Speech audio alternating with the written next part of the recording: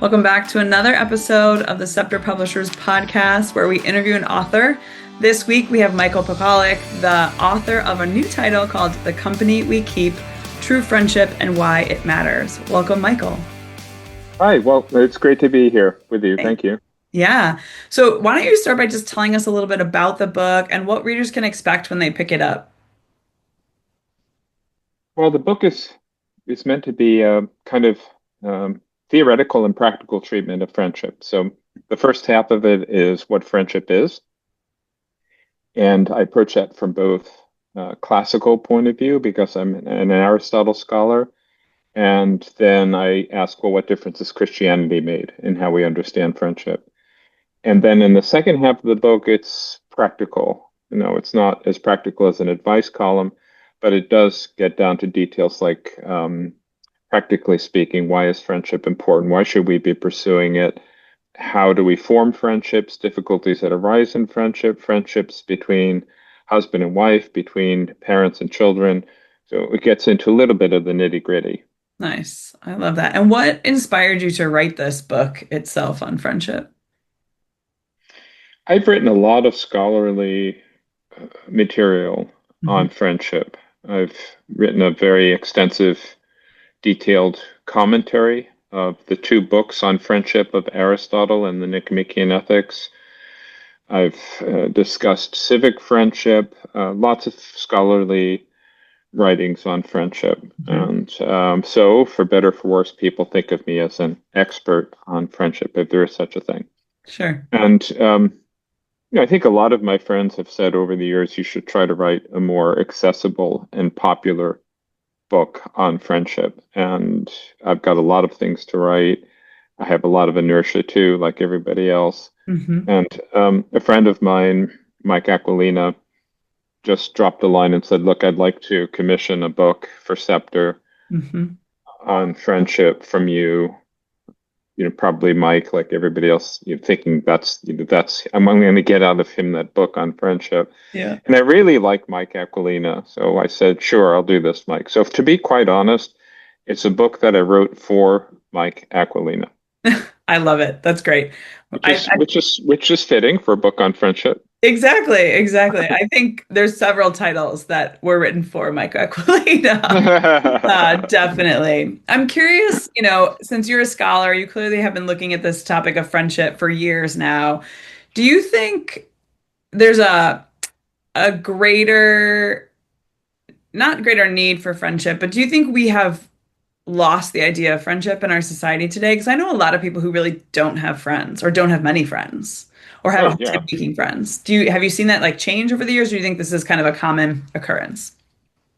it's common and it's existed for a while. I think it's Hmm. existed in my entire professional career now of 30 years teaching. Interesting. That when I first began teaching, and I would teach a course on friendship, of course, because I wrote my dissertation on it, I would often get students at the end saying that one of the things they learned in the course is that they didn't have any friends. And they bemoaned it. They thought it was sad, but I thought it was good because I think that that's the first step to acquiring friends is you realize you actually don't have any friends. Hmm. So I think this has been around for a while. Maybe it's always been around. And I think friends are really precious. They're celebrated in the literature on essay writing on friendship over the centuries as being extremely valuable and more precious than gold and so on. And good friends are probably really hard to find. Yeah, absolutely.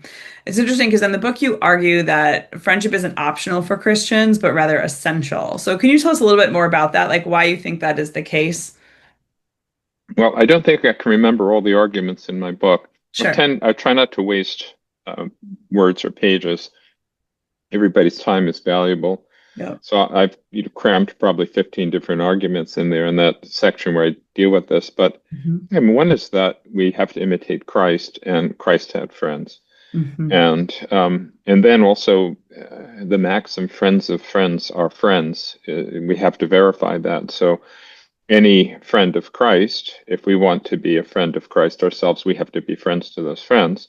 And Hmm. that, of course, extends to the saints and the so-called communion of the saints, but it also will extend to anyone today. So you have somebody who, say, reads the Bible every morning and he wants to be have a personal relationship with Christ, as our Protestant brethren would say. And what that means is they want to have a friendship with Christ. Well, I have to try to be a friend with that person as well. Hmm. And we've been sent into the world by Christ. We're apostles. Every Christian is sent. And what are we sent to do? Well, we're not sent to be busybodies or social justice warriors or telling people what to do and experts in judging others. Sure. We're meant to befriend Hmm. people. That's in a nutshell in our mission. That's the Christian mission, to Sure. befriend others. Hmm. And, in your research and the things you've written previously in this book as well, you draw from Aristotle, from Aquinas, from the gospel. And I think some people could look at those and be like, "Yo, but those are like old school, right? Like those are people who existed back in the day." So how do you see, their insights on friendship as still relevant today and their insights that they shared? Well, I think that we need the old school. So the old school is the new school. So who's more popular, you might want to say, among people who are forward thinking than, say, Wendell Berry. Wendell Berry's talking about agrarian communities Mm. which are rooted in the land. That's old school. If we want to rediscover things like human culture and civilization, we should probably go back to an earlier time and try to learn from those people. Hmm. I mean, the world of the machines and the orcs is not really a great place for fostering friendship. This is true. Very true. Tell us a little bit about the title for the book, The Company We Keep, right? It comes from this phrase that we probably have heard before. And, why did you pick that? And then also, why is it important for us to consider this company that we keep? Well, you have to realize that if you're an author, you send things off into this kind of like tube, and it comes back later, and it's your book as composed by the press. And I'd never seen that title, until they came up with it. Okay. I think it's a fine title. In these matters, I don't trust my own judgment. I've never made a lot of money by marketing or business, and I think that, barely make any money in stocks. So I leave these judgments to other people who are successful at making money. So I think that if they think the company we keep is going to attract people, Sure. then I trust their judgment. It seems like a good enough title. It turns out if you Google that, there are 10 books already with that title. Mm. But this book has a distinguishing cover. I think the cover with the butterflies Mhm. that came out of nowhere too. I Oh, mean, nobody asked me whether that was a good design, but I thought it was fantastic. I think oh, it's a that's great great. design. I love I'm that. I'm I'm quite happy. I believe in the division of labor. I wrote the book. They can do the title and the cover. That's That fine. makes sense. I love that. I love that. Do you think, I mean, the idea behind this, the phrase, the company we keep is like it says a lot about us based on the friends that we have, right? Or we learn about a lot about another person, maybe based on the friends that they have. Like, do you see that as true? Do you talk about that in the book? Yeah, I mean that's absolutely true that we become. It's very important to be discerning in the people we spend time with because we become like them. And that's also true of parents, making sure that their kids are spending time with good friends, because that will have a lot to do with the direction of the personality. By the way, colleges and universities, I mean, we have to be, it's the role of a college, and it's designed to form people. So, be very careful. I don't think parents think enough about this. They think that colleges may be just technical training or something like that, but it is formative. And so, you generally want to try to send your children to colleges and universities where they can freely admire their professors Mhm. and easily find friends who will improve their character. Sure. That makes a lot of sense. And once people are out of college, like professionals and stuff like that, where do you recommend they go to find friends? Or how do they go about doing that? Well, I feel like a lot of my answers to your questions are going to be, well, I have a chapter on that, or I have a Oh, discussion about that. exactly. Um, um, there's certain things that are, much better for finding friends than others. And generally, what you want to do is you want to look at those sorts of things that you want to end up doing as a friend. So, for example, if you love hiking and you would love ending up with a friend who loved to hike, well, then you should get involved in hiking type activities, and there are hiking clubs and mountaineering clubs and things like that. Or if you're, say, in a parish, or you're in a city like Washington, D.C., which does have a pretty good network of young adults, then you could, in that network, organize hiking trips. So that's the sort of thing you generally want to do, is to think about what you'd like to end up doing with your friend, and Mhm. then look for those activities for starting a friendship. That's great. And I've heard it said before that you need over 100 hours spent with someone to really have a deep friendship. Do you think that's true? Eh, I have a calculation about this in my book. Do you? I didn't So, I didn't know that. so I there's haven't finished reading it, so I there's didn't know that. well, I started reading the book. I couldn't get through all of it for this interview because there's a lot there, and I wrote Yeah. it in January. So, and by the way, it's I wrote this in 3 weeks, to be honest, and Wow.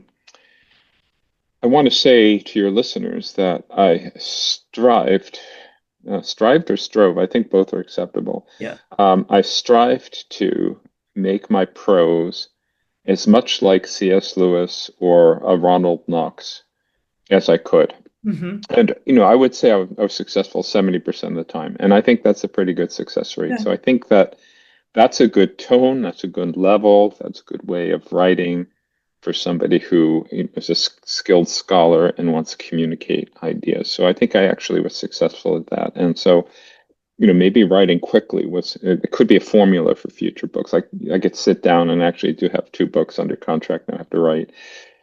Sit down and say, write this in 3 weeks. That's all you Yeah. get, and write it like C.S. Lewis and see how you do. And There you go. try for 80% next time. It's true. Some But of us do better with the time frame, that's for yeah, sure. exactly. So there's a saying of which Aristotle quotes, "bushel of salt," and it shows up in one of Goethe's poems as well. So actually, in the book, I do a calculation. Suppose you took a teaspoon of salt once a day out of a bushel. Like, how many days would that last? And I think there's 1,700 teaspoons in a bushel. Wow. So that's roughly 6 years of time, 5 or 6 years of time to become a friend, according to this parable. Wow. So longer than you said. Yeah, definitely longer than 100 hours. That makes sense. I think that's also why people get frustrated or a little bit overwhelmed, like making friends in today's day and age, because it feels like, we have that very American mentality, like we want it now, right? Like I saw this person, I want to be friends with her. Like, why isn't this happening? And we have to realize it takes time. Like we have to cultivate these deeper relationships, right? Well, Aristotle says the wish to become a friend can be almost instantaneous, but actually becoming a friend is a long-term project. It's interesting, though, that marriage is different. So it's possible to realize within minutes that you want to marry somebody, and to have made a commitment, maybe it to be an item, then to get engaged, and then to get married. That can all take place in just a few months. And okay, sure, yeah, once you're married, you still have to, you learn about who, what, Mhm. how they squeeze toothpaste out of a tube and so on, or whether the toilet seat should be up and down. But there is something about it's testimony that marriage is a natural institution, that it's not something that we create. I mean, there's a sense in which any friendship is made by those two friends. But Mhm. when you're getting married, you're entering into slots, so to speak, the husband slot and the wife slot. That's a natural institution. You're occupying roles, and for that reason, you don't need to as much time. It's already pre-established in the nature of things. That's interesting. I never thought of it that way, but it's true. I know, like even my parents got engaged on their third date. But like, Wow, and that yeah, they don't recommend it, but that's what happened. And then they got married a year that's later, but yeah, that's amazing. it Yeah, is. Yeah. and they have an intuition that they'd be great together as married, and that intuition is not a fantasy. It's actually true intuition. Hmm. Very interesting. Okay, shifting focus a little bit. In your book, you talk about the role that friendship kind of plays in evangelization and discipleship. Can you walk us through a little bit of that and give us a brief summary of kind of what they can expect to read in the book about that? Sounds like you may be more familiar with that part of the book than I am right now. But there are various things in the book that are original and some that are not that original. I think what I say about discipleship is probably not original. Like if you were to look at Saint Josemaria Escrivá, for example, he's a great saint of Christian friendship and Christian discipleship. And there are a lot of things that are said in Opus Dei about that, and I don't think I really add anything to that.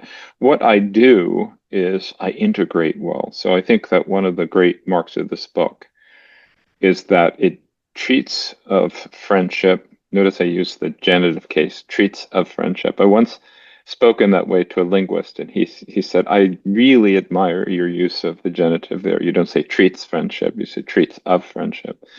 So anyway, it treats of friendship as a unitive and binding force. This is language from Dionysius, in which the friend is somehow regarded as another self. And that's language from Cicero and Aristotle and Thomas Aquinas.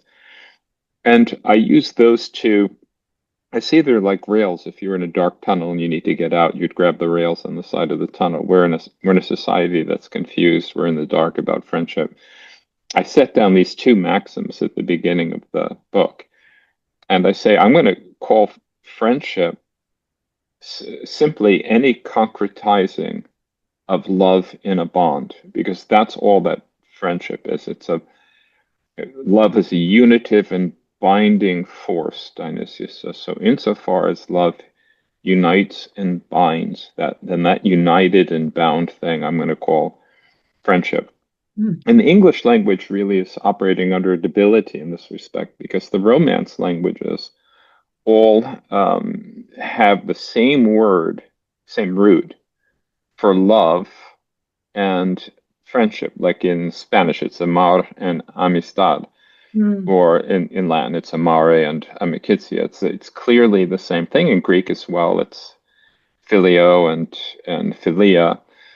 And English is love and friendship. So the words that have completely different origins, and so we don't easily think of friendship as concretized love. And love we do tend to think is wide ranging, but we think of friendship as almost parochial. Mm. And so my purpose in the book is to effect a conversion where people begin to see friendship not as parochial, but as exactly social bond and pervasive throughout human relationships and affairs in accordance with a classical frame of mind, which is also a Thomistic Sure. frame of mind. And in this regard, I want to say something that I began to understand as I was writing the book. I've always admired C.S. Lewis. I've already mentioned him. He's a great genius without any question. But I think his book, The Four Loves, is actually deeply flawed. And I think his treatment of, first of all, I don't think there are four loves. I don't think agape is a separate love for Christianity. And I'm not even sure eros is a love. And certainly storge is not a love. So, and his treatment of friendship is highly parochial. He doesn't even want to speak about women. It's basically men taking off their shoes, drying their socks beside a fire in a pub, smoking and drinking, and it's not adequate to the importance of the phenomenon. And but it is the book that everybody goes to because it's kind of the best thing out there. So I told my publicist this, and I hope it doesn't sound too obnoxious, but really my goal in this book is to supplant C.S. Lewis's Four Loves as the go-to text when people want to think about friendship in a Christian context. Interesting. So do you have, I mean, he lists four types of loves. Do you Yeah. have a certain number that you list and kind of go through in your book? Well, I do kind of adhere to Aristotle's view that there are three types of love: love for goodness, love for utility, and love for pleasure. So on the basis of this, he has three different types of friendship. And I explain, I think I explain this very well at the beginning of the book, how he draws this distinction and why it makes sense and why it's very valuable. Hmm. And, for Aristotle, eros is just a species of love for pleasure. Sure. And I think anything that tends to demote eros, so that it occupies fifth or sixth place in our attention, as Saint Josemaria once said, is good. That's what we Hmm. should be doing, not Interesting. elevating it. Of course, somebody with romantic sensibility, Hmm. like C.S. Lewis, is going to elevate eros, but I think that's a mistake because I think there's a huge, huge difference Hmm. between romanticism and eroticism.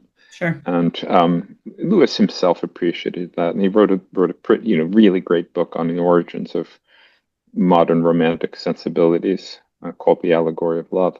But I think it's better to deal with romantic love as a mode Hmm. of genuine Christian love rather than assimilating it to eros. Hmm. I could see that being really helpful. This is fascinating because it's true. Everyone that I ever talk to about this, they give the four loves, the C.S. Lewis four loves, and that's the main focus. So, I um, don't think there are four loves yeah. in Greek thought, and there are four words. I don't Mhm. know that doesn't mean there are four loves. Interesting. This is fascinating. This is why people have to read this book so they can understand better how there are not four loves, like you're saying. Yeah. Um, I'm curious too, like along these lines, um, kind of what do you think there are signs that you're in a good friendship or this person is a good friend versus this person is not? Or like how do you determine that or figure that out? Well, again, there's a nice treatment of this in my book. But so I'm going to be John the Baptist saying, go read the book, Yeah, follow this, look at this message over there. the beauty of Um, the podcast. yes. But okay, so at one point I stop and I kind of summarize and I say, look, we've said it this enough to this point to be able to talk about um, a certain kind of friendship, which is a perfect friendship. That's a technical term from Aristotle, complete friendship. And Mhm. I've explained already what that means, which is so precious in the Christian life that let's call it genuine friendship. And I go over various marks of the genuine Mhm. friend. So, for example, sincerity is one such mark. Another is stability. Another is a willingness to make a sacrifice, to make sacrifices for the friend. And there's seven marks in the book, and honestly, I can't remember what seven marks I came up with. So that you could use that, a reader could use that and say, okay, these are the marks, and let me measure my friends against this and see whether any of them is a genuine friendship. And if not, how can I move in that direction? What would I do? Mhm. And so what was your full question? I've kind of lost Just track of it. how do we know if a friend is a good friend or not as we're Yeah, so then the like other thing you do is tests. Like hmm, this is popular in the ancient world, and I don't know if anyone really does this deliberately. Like they would tell a friend, this is absolutely confidential. Do not reveal this to anyone. And then you tell them something, and then you'd kind of put your ear to the grapevine and find out whether it did come out. And if interesting. it did, then you would stop trusting that friend. See, the ancient world wasn't really that interested in kind of improving friendships, but Hmm. testing Hmm. putative friends and then Yeah, finding out whether they really were friends. interesting. Another mark, which is not so much a test, but a kind of criterion, is whether your friend would believe an accusation or a claim or Hmm. a talking down of you, um, or dismiss it. Because even if it's true, Right. even if the thing that's being said is true, a friend should take a real long time to come around to believing that. I'll give you an example that goes a little bit far back now in time, but there was a man who was a friend to a lot of people here in the DC area named Bob Hansen, who turned out to be the most notorious spy in the whole history of the FBI. Mhm. I think he worked for the FBI. Yeah. And I knew people then who knew Bob Hansen, Hmm. and it took them, I don't know, like after he was convicted, and like months and months and months and months, Wow. they spun all kinds of stories to explain what actually happened, other than the Mhm. fact that he was a spy. They just could not believe it. They did not wish to believe it, and they refused to believe it. And you might, well, is that some kind of irrational position of deliberate blindness? No, that's actually the correct attitude that a friend Mm. should have towards another friend. So you can also use that as a test. Like, all of us have enemies. Sure. If you find somebody believing what your enemy says against you, then they're not a genuine friend. Yep. I love that. That it's good. It's a good little litmus test for people, although it could be tricky trying to spread those things or trying to work it out. But yeah, that's really It's interesting. also one of the reasons why when there's an unfaithfulness in marriage, it's Mm. often, not discovered, for a long time past. You'd say, well, you have had plenty of evidence for this because people out of love and loyalty rightly will not believe Sure. these things. Yeah, that makes sense. Okay, we're gonna wrap up. Two last questions. Obviously, you're a scholar in this, but I'm wondering if there was anything interesting that you discovered or learned as you were writing this book or went deeper into that you were like, oh, this great moment for you personally as you were writing. Well, I think I became clearer I don't think this is a discovery so much as just clearer on this understanding of why Aristotle immediately, and as if it were something obvious, regards business relationships as friendships. Hmm. And in fact, I ended up beginning the book in that way. So I take the commercial exchanges between a butcher and a baker, which is Hmm. the example that Adam Smith uses in the beginning of Mhm. Wealth of Nations, and I give that as an example of a friendship. And I do that because I want to bust through Mhm. kind of romantic or parochial or restrictive understandings of love as a unitive and binding force. And I want to give due credit to the economists like Hayek who say that commercial relations are important and they do provide a way for people to disagree on deep matters to nonetheless to cooperate in some way.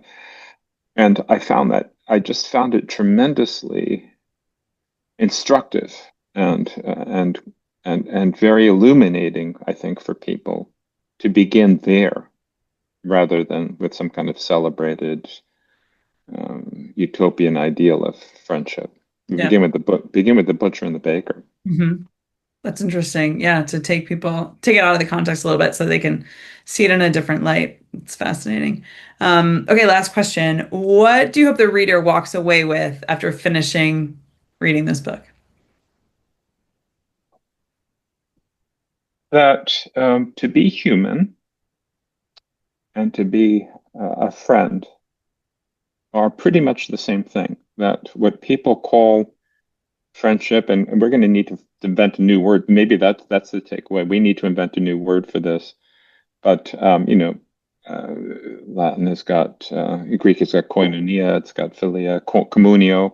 Hmm. It's is to practice this civility and reciprocity and fairness and respect for the freedom of others to be human and to be that way are the same thing. Hmm. Um, Very much needed in our current time because people are so filled with anger Yep.